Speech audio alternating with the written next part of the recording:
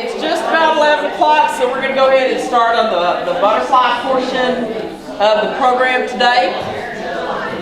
So I will tell you this about the pictures. Almost all the pictures in here are pictures I took. Not because they were great butterfly pictures, though there are a couple that are pretty nice.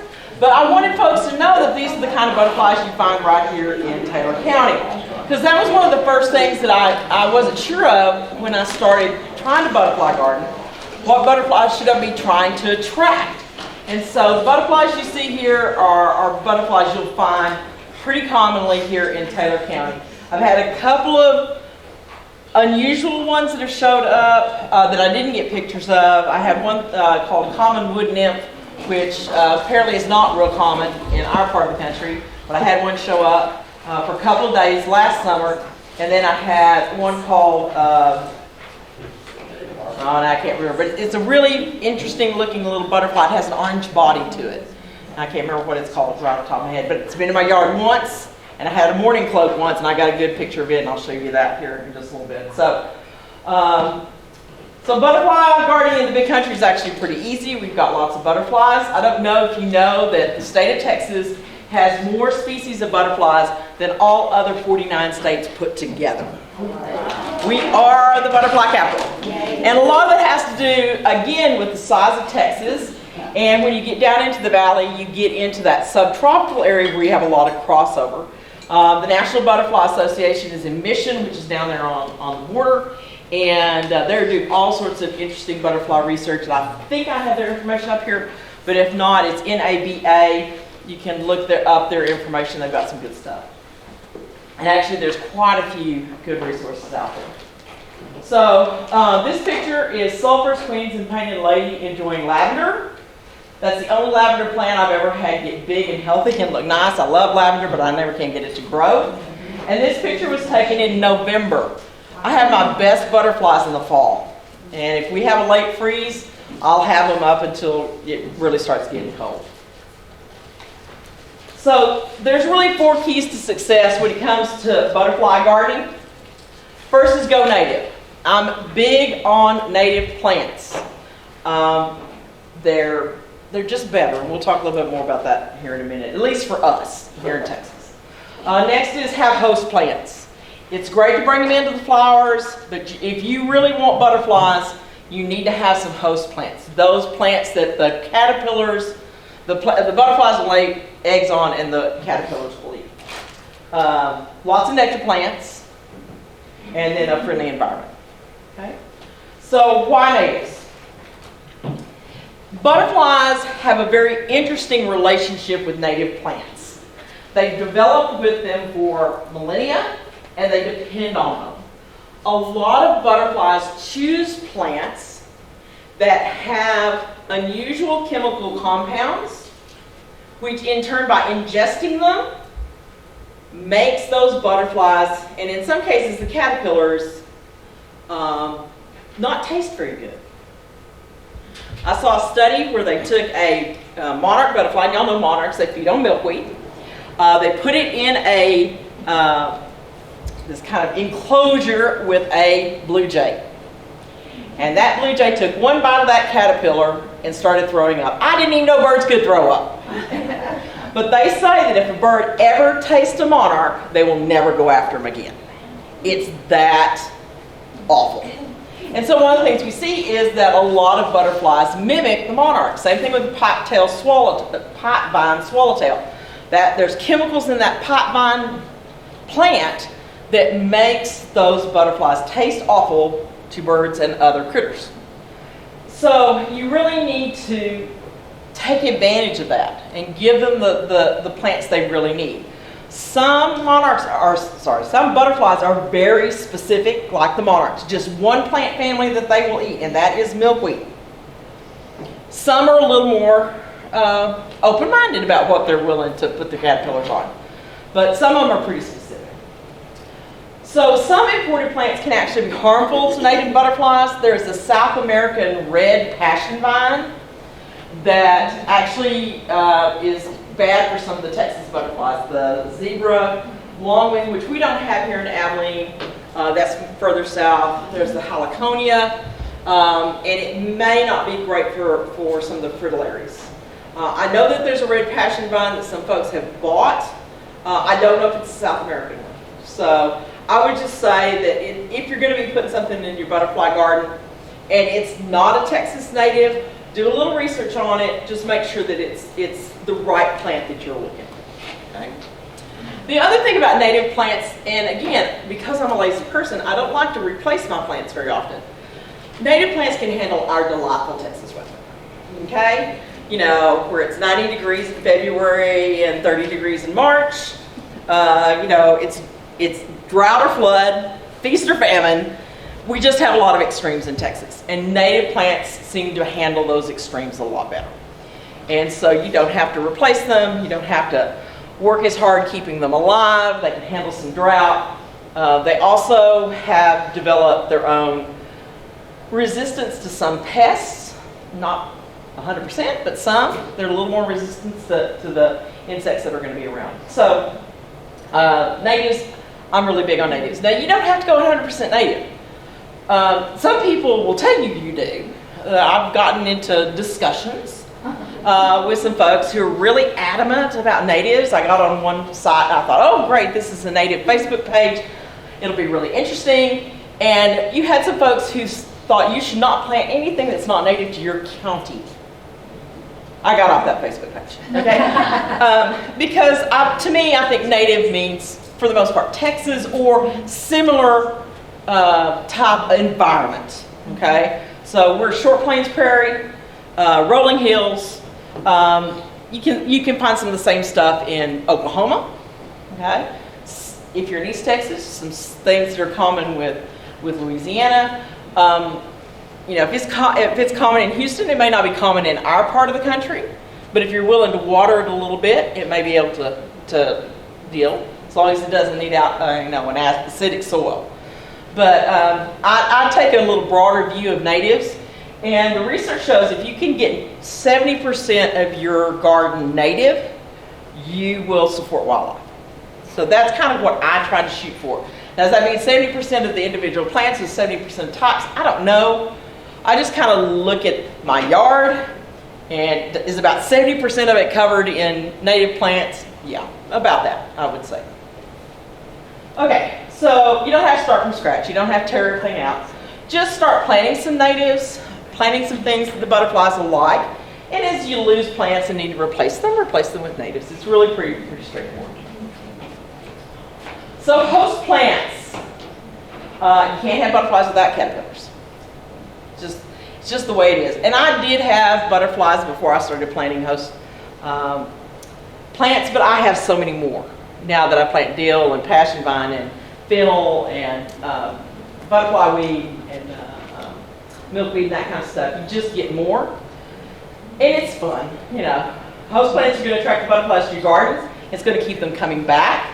Butterflies have this weird thing that even generations later, they can often return to where their family has come from. So you have a monarch who comes through and lays an egg in your yard, and that caterpillar becomes a butterfly and it flies off to go north, and it may not come back, but its grand butterfly or its great-grand butterfly, the generations, will oftentimes come back to the place where it would, to the area where it was born, especially if they're in migration. There's something in their DNA that helps them remember where that stuff was. And I know that because I had a passion vine. I had it in one place in a pot, and I had lots and lots of butterflies on it, lots and lots of caterpillars, and I had it there for about 2 years. And then I decided I wanted to put it in the ground, but that wasn't a good spot. So I moved it on the other side of the yard. And the next summer, I kept having gold frillaries over here looking around like, where the heck is the passion flower? I can't find it. Now, eventually they did. They always seem to come back to that spot, and then it would take them a while to work their way over to where it was. Watching butterflies leaving their crystals can be lots of fun. My grandson loves just the caterpillars. He loves to watch them. He loves to count them. I call him my caterpillar wrangler because he can always find them when I can. Of course, he can also bend over, and that helps him to find them. I can. It's just not very pretty. But they're fun. It's fun to watch. Now, he always wants to pet them, And I just tell him not to pet the caterpillars. The oils on our hands are not great for them. It's not going to kill them if they touch them. If he absolutely is adamant, one finger. Yeah, like that. You can touch the caterpillar. But I also tell him if they're fuzzy, don't touch them. Because the fuzzier they are, the more likely they are that fuzziness is a protection. So some of the moths have very fuzzy caterpillars, and they actually sting. The fuzz stings you. So I tell him if it's fuzzy, don't touch it. They're pretty good about it. Now that was the oldest grandson. We'll see what they show on. So top host plants. So if you're just looking, I want to plant a few things. What's going to give me the most bang for my buck? These are the things I would go with. Fiddle, dill, parsley, rue are all in the same family. They're cheap. You can usually find them at Lowe's or Walmart or wherever they're selling herbs. So they're not extremely expensive. You can put them in a pot if you want to. You can let them go to seed. And they bring in black and tiger swallowtails. I get mostly black swallowtails. Occasionally I will get a tiger. Not very often. I think we're a little far west. You can tell by my accent we're a little far west maybe for those, but I have had them. Milkweed, of course, we want to help the monarchs as best we can. I get a few in the spring, and this spring I actually had more than I normally have, but I get the vast majority in the fall. And last fall, I don't know how many I had. With the queens, which look a lot like monarchs, it's sometimes hard to tell when they're fluttering around. But I went out one day and I probably had 50 butterflies in my garden. It's the most I've ever had. So last fall was I guess we got rain at the right time, but it was a really good fall for monarchs and queens in particular. Passion vine. Now there are two fritillaries that we have, and that's the variegated fritillary and the Gulf fritillary. There's also a spangled fritillary, which is a little further south, and then the haliconias and some of the long wings, but they're almost all further south. So variegated, and I just saw variegated on mine. I'd seen several Gulf fritillaries, but I just saw variegated, so I'm going to have two different types of caterpillars on that. Passion vines can be a little tough to get started. Unfortunately, once you get them started, they come up everywhere. But I've also found if you just kind of pull them, it's probably the same roots, and you just kind of pull it up if it's not where you want it. And they're hard to root when you pull them up, but I have rooted a few. But it's worth it. And they tend to be, for me, this is the butterfly that's the most prolific as far as caterpillars and me having chrysalis. 2 summers ago, every time I turned around, there was a chrysalis on the handles of my cart that I use in the garden. They were hanging off of pots. They were hanging off of other plants. They were everywhere. And I think at one point, I sent Gavin out to count, and he counted about 20 different chrysalis at one time. Now, last summer it was too hot. We didn't have near as many, and I don't know what I'm going to get this year. We'll see. Right now, I've got caterpillars on my passion vine, so I'm hoping they're going to do well. What about those big old wasps that like to? What do you do? Can you do anything about that? There's really not a lot you can do. Anything that you're going to use that would deter the wasp is going to deter them. Now, have I gone out with rolled up newspaper and swatted some? Yes. I don't think it really does a lot, so it make me feel better. But on all the butterfly sites that I frequent on Facebook, the general consensus is it's the circle of life. You're gonna have some loss. Now, you can cover plants. You can bring some plants in. I know a lot of folks who raise their caterpillars inside. They'll put them in a pot. They'll put the plant in the pot. They'll get some caterpillars on there, and then they'll move them in with a cover over them. And that's certainly doable. You do have to be careful about caterpillars poop a lot, and you have to clean that up. So they suggest you put newspapers down. If it falls in the dirt, it's not so bad. But you want to keep it fairly clean. So that's an option. But I read an article that said that butterflies raised indoors don't tend to be as strong as those that are out in nature, especially monarchs. They don't seem to have the stamina. And I guess it's just that survival of the fittest thing. You know, they can survive all that, you know, the dangers of the wild, then they're going to last longer anyway. So I've never raised any indoors. I know lots of people who do and enjoy it.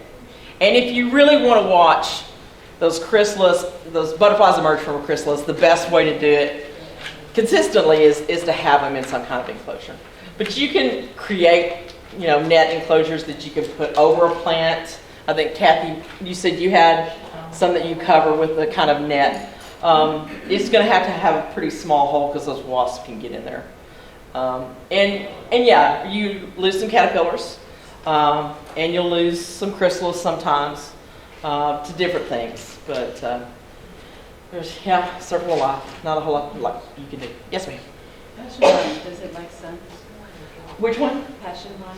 I actually have mine under a pecan tree, but one of my neighbors has it. She planted it out in her side yard, and it's running up the guy wires the telephone pole. And every once in a while she comes out and kind of pulls it down. So it's in full sun on the west side of the house. So I think he can take both. It does need to have a certain amount of sun. I got a fly up here pestering me, so I'm not just going crazy this time. But I think it can handle quite a bit of shade. Hollyhocks and asters will give you painted ladies. Hollyhocks grow really well from seed. Asters, of course, are a great fall nectar plant. We have a native aster called tall aster, which does really, really well here. I think I have a few New England asters, but I think the wild does so much better. Just doesn't need as much attention. Ruella, acanthus, snapdragon, and frog fruit will give you buckeyes, which is one of my favorites. I like the buckeyes. And I knew that Ruella, and I have some of the native growing down the side of my house. My mom gave it to me, and I can't get rid of it.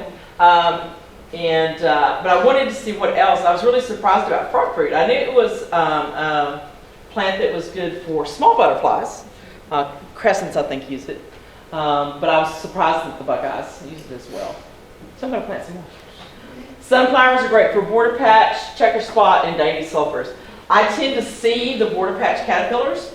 They're not big, but there'll be a mass of them. They're little black caterpillars, probably as long as my thumbnail, and there'll be a whole bunch of them, and they will just skeletonize those sunflower leaves.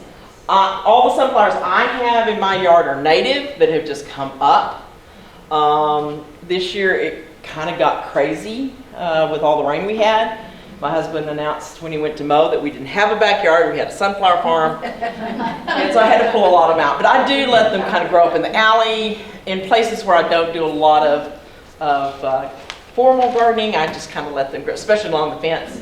And the border patch seem to come in cycles. So I may have 2 or 3 summers I don't see any, and then boom, they're all over the place. The checker spot at the dainty sulfurs, I've never noticed their caterpillars on there, probably because they're much smaller, would be my guess. Or I don't know what I'm looking for, maybe that's it. So one of the things that I found when I started doing research was that trees are host plants as well. Matter of fact, they're really, really good host plants. Oaks, various dusky wings and hair streaks, use oak, as well as some different types of moths. Willow, viceroy, western tiger swallowtail, mourning cloak, and red spotted purple. I'll show you a picture of mourning cloak here in a minute. I don't want a weeping willow, but I have thought about putting a smaller willow tree in the backyard just because I would love to get some more mourning cloaks. And I noticed red spotted purples. We were down on the Llano River, and there was willow growing, and they were all over the place. They look like a black swallowtail, but if you get close to them, you can tell that they're a little bit different. So hackberries, which most of us would not consider a tree we would want to plant in our yard, but they give us question marks, hackberry and tawny emperors, hackberry emperor and tawny emperor, which are beautiful, beautiful butterflies. One of the things that I read in an article was if you have a hackberry or an elm, they're in the same family, that come up volunteer, if you'll leave it over the summer and then in the fall cut it to the ground and then let it come back up as a little bush, because it'll give you nice fresh leaves, and then let the caterpillars do their thing, and then cut it off in the fall again. Eventually it will die when you do that, but they said you'll have a hackberry or an elm pop up somewhere else in your yard. So that's actually what I've been doing. I get them along my fence line where the birds, drop the seeds, and I'll leave one or two, and then I try to get rid of the rest of them. But I'll leave one or two, and then every fall I cut it to the ground, and they're in the back of the yard, away from the house. They never get more than about this big, and I have leaves for the butterflies. Now, if you're living out in the country and you got some space, you might even let one get big. Totally up to you. Honey mesquite. Most of the blues, Serenas, Recrits, and the marine blues. I don't get a lot of blues in my yard. Not that there's not mesquite around, but I think some of these are maybe a little further east. I get the pygmy blues, which is the smallest butterfly, but that's about the only blue I get. So for extensive list of host plants and the butterflies who love to eat them, DallasButterflies.com is a great resource. I use it a lot of times if I'm trying to figure out lots of times I'll see something in my yard and I'm like, is it eating on something I've got, or is it eating on something a neighbor has? And so that helps me find it. I don't know if you can see this one right here. This is on the horse mint.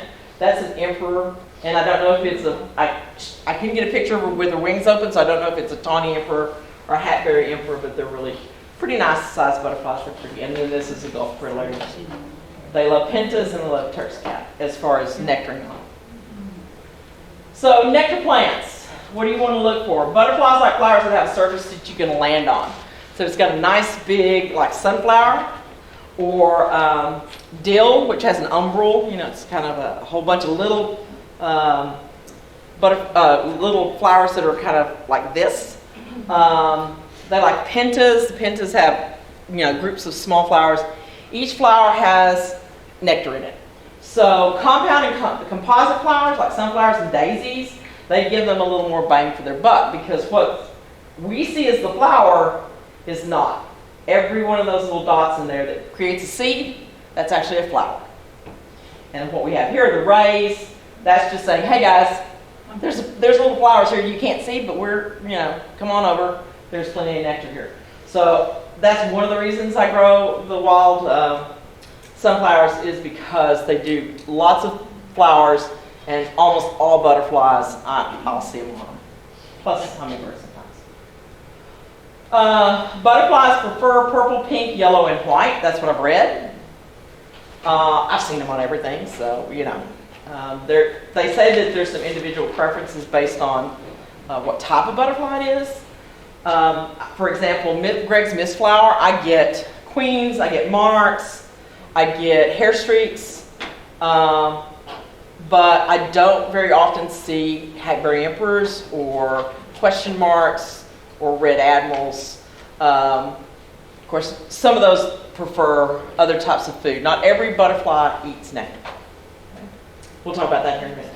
They actually attracted more to smell than color. For the hummingbirds are the opposite. They look for the color. But again, if you mass things together, you're going to get more smell in one spot. Plant groups, so you get clumps of color. They can see it a little bit better. Oh, sorry. That's a checkered white. That's on Pink Coreopsis. It's also known as there's also a cabbage white. They're both in the same family, and yes, they will eat on your cabbage. Their caterpillars will, but I don't have any cabbage, so I don't care. I don't eat cabbage. So if I have something in the yard they're eating on, they're more than welcome to it. So shoot for as long a bloom period as possible, and we kind of talked about this with the bees. Think about what's blooming in the spring. Think about what's blooming in the summer and then in the fall. Here in our part of Texas, there's lots of things that bloom in the spring and lots of things that bloom in the fall. Lots of stuff goes dormant in the heat of summer. So try to think of some things that you know bloom in the heat. And when I start thinking about stuff blooming in the heat, lantana is one of them. There's some wildflowers that bloom some in the summer, but I always depend on those lantanas. Yes, ma'am. Now, I know there's different kinds of lantanas. There is a native lantana. Do they prefer the native versus? Not that I've noticed. Not that I've noticed. There probably is a slight preference, I would think. But I have never noticed. I see them on all of them. Now, actually, in my yard, the Dallas red is what they tend to be on. I've got some red. I've got some kind of pink and yellow and a real pale pink and yellow, which my mom used to call ham and eggs. I don't know if you know which one I'm talking about. But they're kind of in a little shadier spot. My Dallas red's right kind of smack dab in the middle of things. So I don't know if it's the color, the smell, or just location is good for them. Watch which plants seem to have butterflies on them in each season. You know, when you're driving down the road or you're walking through the neighborhood and you see butterflies on something, kind of keep in mind what that was. And if you think it'll work in your yard, go for it. Host plants are often good nectar plants. So I do get butterflies on my dill. I do get butterflies on my milkweed. Last year in the fall when I had so many monarchs and queens, they were all nectaring. I got very few caterpillars, and I'm not sure why. But they were on that milkweed nectaring the whole, for weeks. They just really liked it. Okay, so here's some perennials that I plant and have found are very good for butterflies. So lantana I already mentioned, because it does bloom in the summertime, and it'll bloom on into the fall as well. Another one is Greg's Mistflower. This is Greg's Mistflower here. That's a juniper hair streak. I took that picture this year. That's the first juniper hair streak I've ever had. Their caterpillars, of course, like juniper. But this Greg's Mistflower I lovingly call butterfly crack, because the ones that love it. They will fall. You have a pot of it, they'll follow you home. They really, really love that stuff. And I was always told that Greg's Mistflower was more of a shade plant, but I've seen it growing in full sun. It can do just about anything. So yarrow is another good one. Now I find my yarrow tends to bloom in the spring and the fall, not so much in the summer. Coreopsis, this is Lanceleaf Coreopsis or Plains Coreopsis, but there's also the threadleaf, both the wild and the cultivated versions, but they seem to like it all. Blackfoot daisy, which is this one right here, it's a little, you'll see a little mound of white flowers, and they smell like honey. I mean, they really have a strong scent. And the small butterflies really like them, crescents and dusky wings and things like that. Scabiosa or pincushion flower, do you know what that one is? There was a picture on the previous slide. Cone flowers, mealycup sage. I tend to find them on mealycup more than I find them on the gregai, but I think it has to do with the shape of the flower. I do see certain types of butterflies seem to like the gregai, but they all seem to like the mealycup, which is Henry Dulberg, Augusta Dulberg, the Victoria, and then there's just one I've been noticing that they just call mealycup sage. Lavender's great. Like I said, I have trouble getting lavender to grow. I keep trying. Hollyhocks and liatris. Are y'all familiar with liatris? Okay. It's in the fall. It's going to send up a little spike. It's actually kind of a spike even before it blooms. Spike and little thin leaves, and then it's going to send up a shoot of purple flowers, kind of fuzzy all up and down the stem. If you drive between here and San Angelo in the fall, it's in the bar ditches. So it is a native. There is a cultivar called Cobalt, and there's Cobalt White. I don't actually know which one I have, but it reseeds freely, and I just let it grow, and if it gets where I don't want it, I'll dig it up and give it to somebody. But it's a really great fall nectar plant, and I've actually read that its bloom is intended to come out about the time the monarchs are coming through. There seems to be some kind of symbiotic relationship between the two. So annuals that I like to plant, zinnias. They love zinnias. Zinnias are great. And there's some dwarf zinnias now that you can put in pots if you don't have room for the big ones. Just don't water them overhead, water them from the bottom, because they're a little, they can get powdery mildew. Pentas are another great one. Red, purple, pink. I don't usually buy the white, but I know that they get on the pentas. Just about everything likes pentas. Milkweed, golden dewdrop, which is this one up here. It's got another name, and I can't remember what it is. Duranta. It's a little blue flower with white edges. Yeah, blue sapphire is one of the cultivars. It's not cold hardy here. It's cold hardy a little further south. I've had a few people said they managed to get it winter over. I just put it in a pot. So I put it in a pot and wintered over in the. I have a little greenhouse, not very big, but I stick it there. Cosmos is another one. It's one of those that's got the rays and there's lots of nectar in the center because you got those little tiny flowers, sunflower and petunias. I thought this was a good one. There's 3 on the zinnia.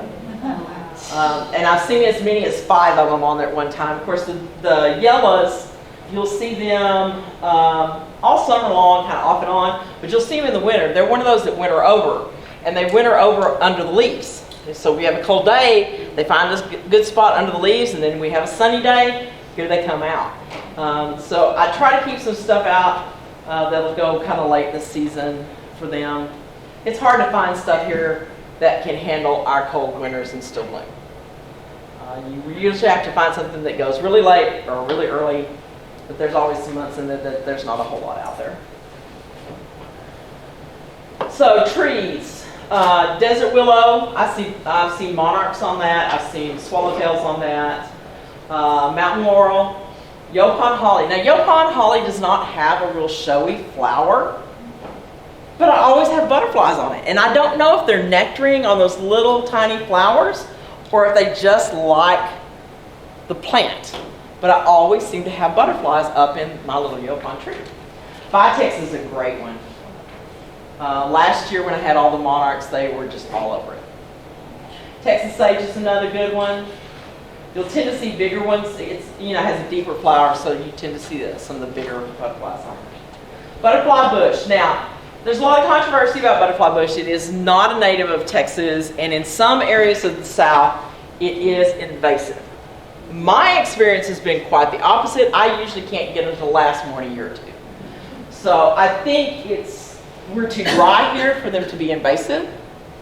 When I buy them, I usually consider them an annual.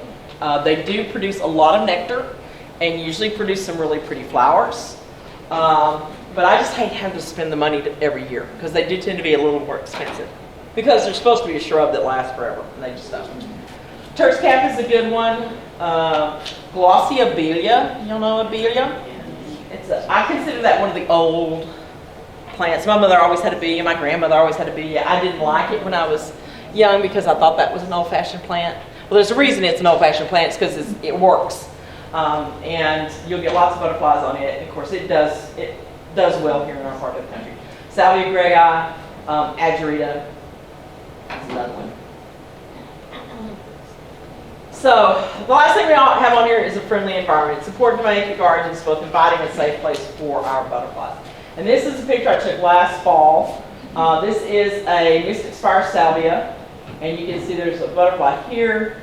There's one here, there's one here, there's one here, there's one here, there's one over here. And I think I had another one that had more and I couldn't find the picture. But they really liked it, so I'm going to be buying that. Mine did not do well over the winter. Did anybody have mystic spires that survived the winter? Swinson House? Okay. So I had it in a pot. I'm going to try it in the ground and see if it does any better. Because they really like it.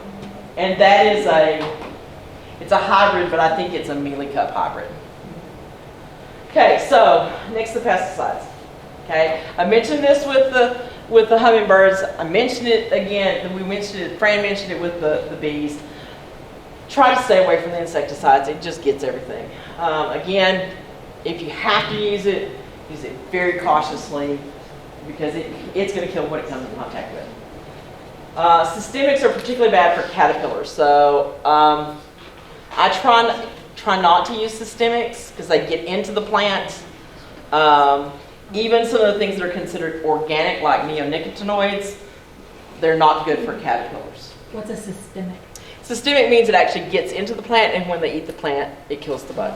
So it's great for spider mites, not so great for caterpillars. Does it literally say it on whatever you're buying? Like Usually it'll say systemic, yeah. It'll usually say it on there. Now, I have a Texas mountain laurel, and they get these little worms on them. And I do spray it with BT occasionally because I'm just trying to get the worms off of it so I have blooms on my tree in the spring. but I always pick a very cool day before, just as soon as I see those caterpillars. Usually that's before it's bloomed, and I'll spray it when it's really, you know, a still day, which in West Texas we don't get a lot of. But I also have it in a spot where I don't have a lot of host plants. Most of my host plants are in the front yard, and that particular plant is in my backyard. So I do use insecticides. Sometimes that's what you got to do, but you just have to be really careful. So if you absolutely have to use them, do it sparingly and with care. I put up with aphids. I put up with chewed up leaves. That's just part of butterfly gardening. It's a little messy, but I'm a little messy, so it works for me. But yeah, if you're concerned about chewed up leaves from caterpillars, you can always plant some of your host plants in amongst other things that they're not going to chew on. And so maybe some irises, for example, and you've got those iris leaves, and it hides some of the damage caused by insects. Aphids I put up with, if they get really bad, I'll hit them with the hose, you know, and knock them off. The only problem is, if there are already butterfly eggs on there, you might be knocking them off as well. Okay, fire ants. These can really be a problem to caterpillars. They will go after caterpillars.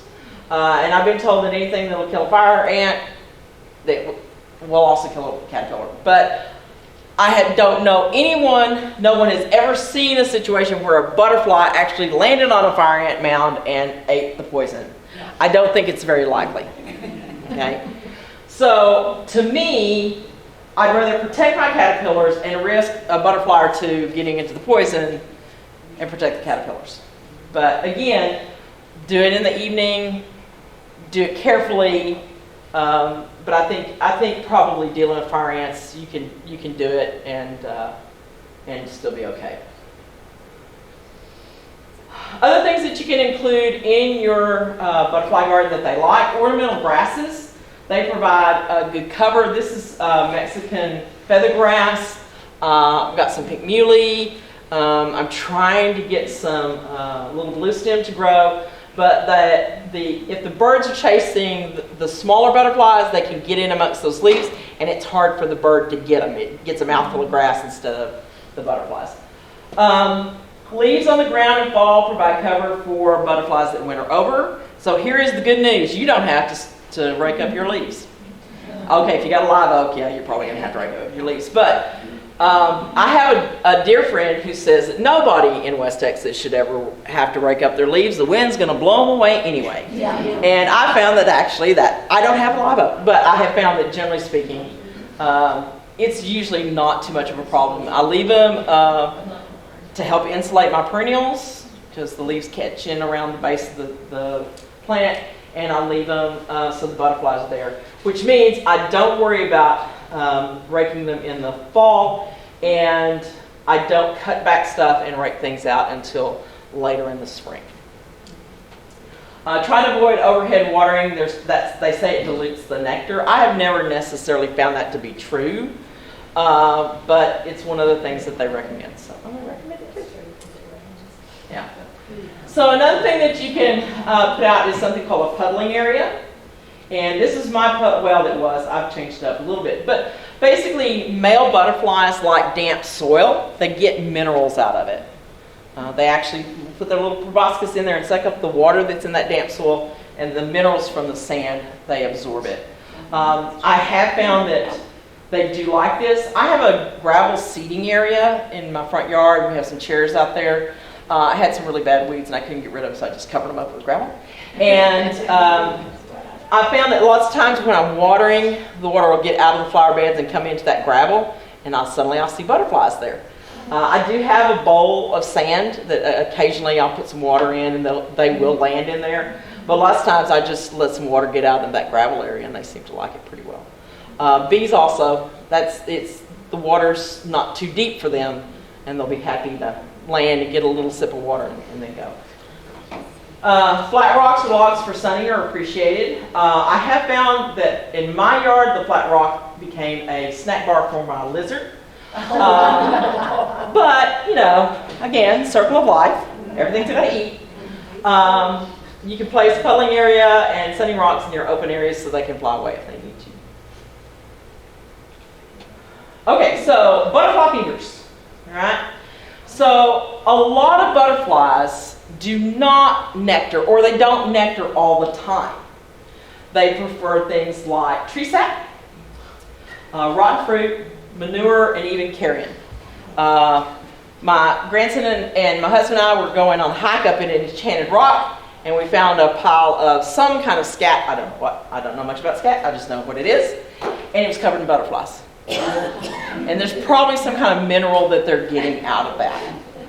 But what I do is I put out what I call my butterfly brood, and that's this year. And I don't know, it's kind of hard to tell with some of these butterflies when their wings are folded up. They're supposed to look like a leaf, right, when their wings are folded up to protect them. But there's a question mark there.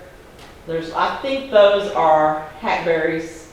There's a question mark there. There's a couple question marks there. I think those are red admirals. I'm not sure. So there's 1, 2, 3, 4, 5, 6, 7, 8, and there were probably another 3 or 4 flying around. Here I've painted it on top of a post, and those are red admirals. I think that's a question mark right there. So this is a real good way to attract them. Now, a couple of things about, yes ma'am? Do you get problems with ants? Yes. Matter of fact, if you're going to attract the butterflies with rotten fruit, you're also going to attract a lot of other stuff. So I wouldn't recommend you putting it near your door. I have a brick that I use, and it's in a clay dish, and if I'm having problems with the ants, I'll put a little water in that clay dish, and that'll help to keep them out. But I have to be careful. If I put too much water and the butterflies get in it, they'll drown.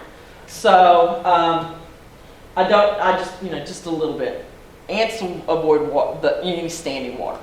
They can't swim, so, well, our ants can, but the ants that I have, that usually is enough to keep them out. I do get lots of flies this year particularly. We seem to have been blessed with flies and fruit flies and gnats and stuff. So mine is kind of away from the door. It is close to the sitting area that I use, but I sit kind of across so I can watch the butterflies from there. And so this is how I make my butterfly brood. So you mash up bananas or peaches if you've got some overripe peaches that are just past good. You mix it with molasses or brown sugar. I use brown sugar because I don't usually have molasses in the house. And I usually add stale beer. It's not always stale. Sometimes my husband's still drinking it, and I just go over and say, hey, I need a little bit of beer. And I'll pour it over in something. Last night he came and said, oh, I forgot and left my beer out by the cooker. There's still some in there. So I just took it and put it in. I have a Gatorade bottle, and I take the bananas and I mash them up just as good as I can. If you've got a food processor and you want to use that, or a blender, that would probably be even better. I'm lazy. And I put it in there. I put in some brown sugar, put in some beer. There's no recipe here. I'm just kind of eyeballing it. The wetter it is, usually the better it is. So if I don't have a lot of beer, I may put a little water in it. And then I put it in the bottle and I shake it up pretty good. Put the lid on real good.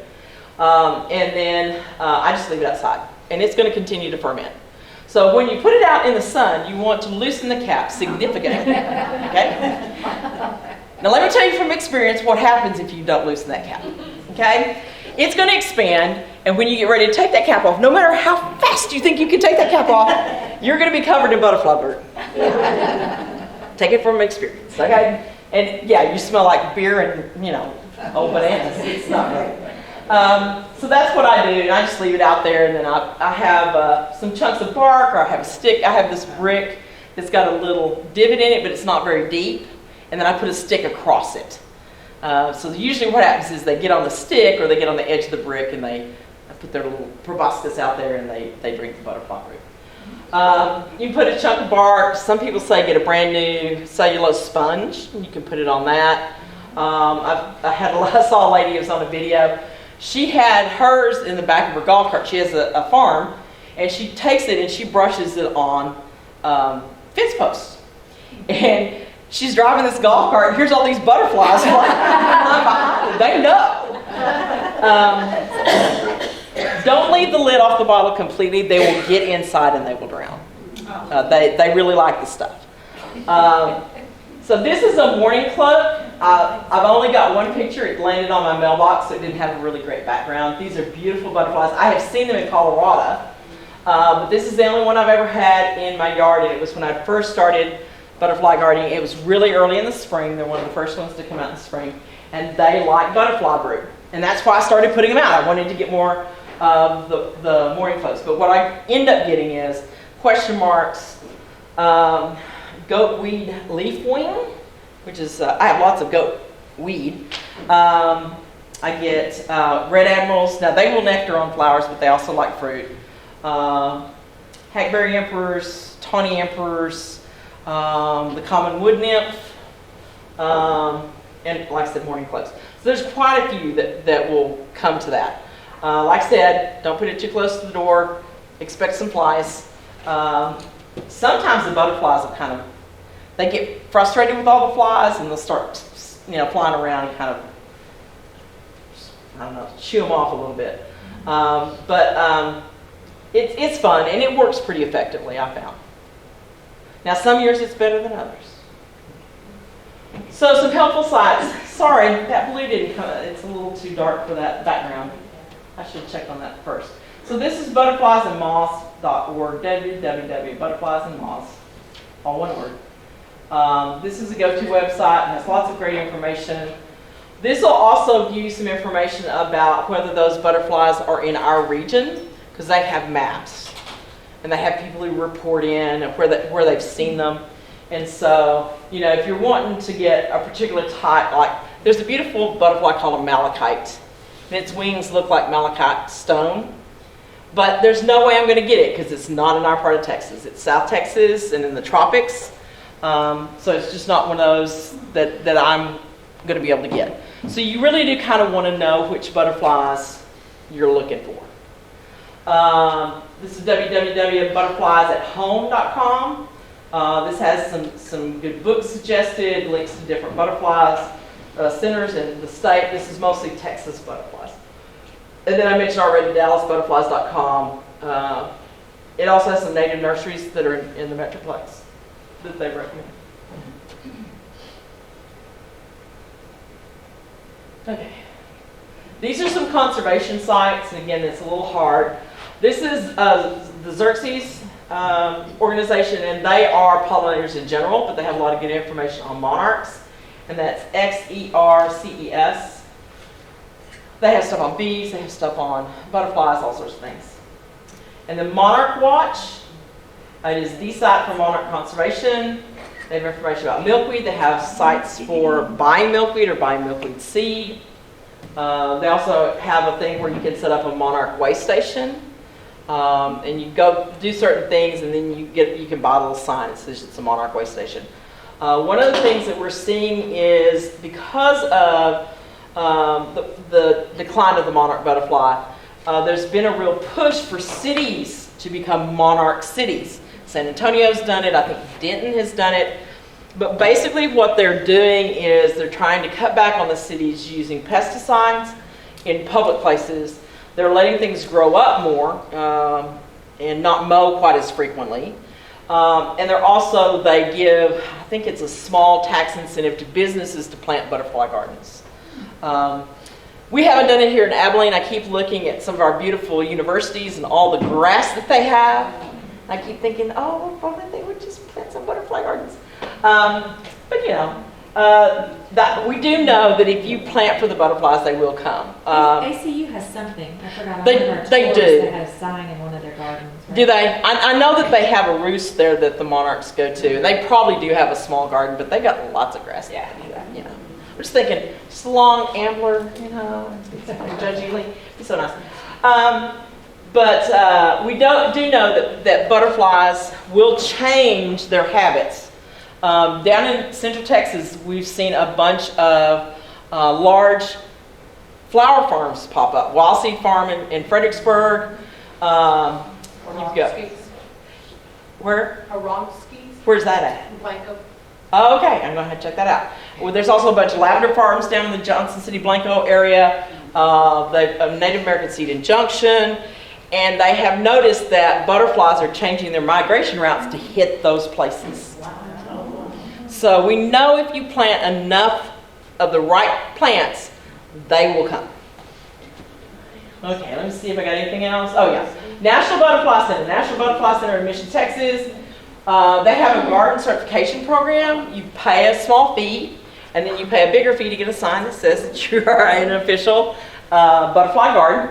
The National, what is that? National Wildlife Federation also has a certification for a wildlife garden.